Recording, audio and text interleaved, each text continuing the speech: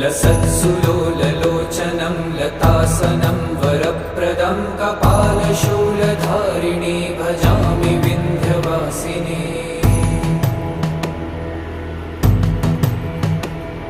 कराब्जदानदाधरां शिवां प्रदायिनी वरावराननां शुभां भजामि विन्ध्यवासिनी।